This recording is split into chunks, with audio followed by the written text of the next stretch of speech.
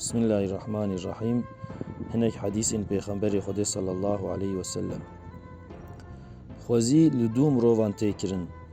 Yê ku Xwedê Teala Qur'anê dabe wî, ew jî bi şev û bi roj li ser Qur'anê dixebite.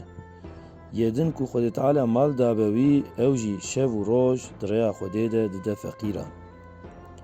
Xwedê laşê we û delaliya we narêne, lêbelê li qelbê we û li karê we dirêne. Kî ji bo ezîzbûna dînê Xwedê herbê bike, ew di rêya Xwedê de ye.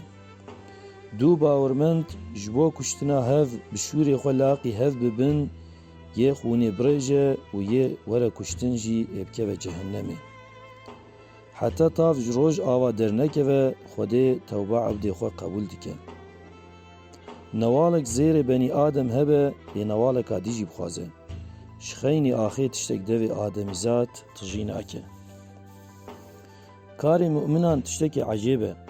Lewra her karê ku dike jê re xêr e. Ev tişt bi tenê ji bo bawermenda ye. Wextê xweşî nesîbê wî beşikir dike, ev jê re xêr e. Wextê nexweşiyek, musîbetek were serê wî sabir dike, ev jî jê re xêr e. Xwedê Teala ferman dike, dema ez evdê xwe bi her du berdilkê wî çavên wî îmtîhan bikim, ew jî sabir bike, ji ber ve ez ê cennetê bidimê. Ji westabûn, nexweşî, xem, keder, xemgînî, heta strîm keve piye wî çi were serê mislimanekî, ev jê re dibin kefaretê sûc û gunehên wî. Xwedê xêra kî bixwaze musîbet û nexweşî tîne serê wî. Yê jîhatî ne ew e ku di gulaşê de mirovan deyne erdê. Yê jîhatî ew e wextê hers bû û hate xezebê sabir bike.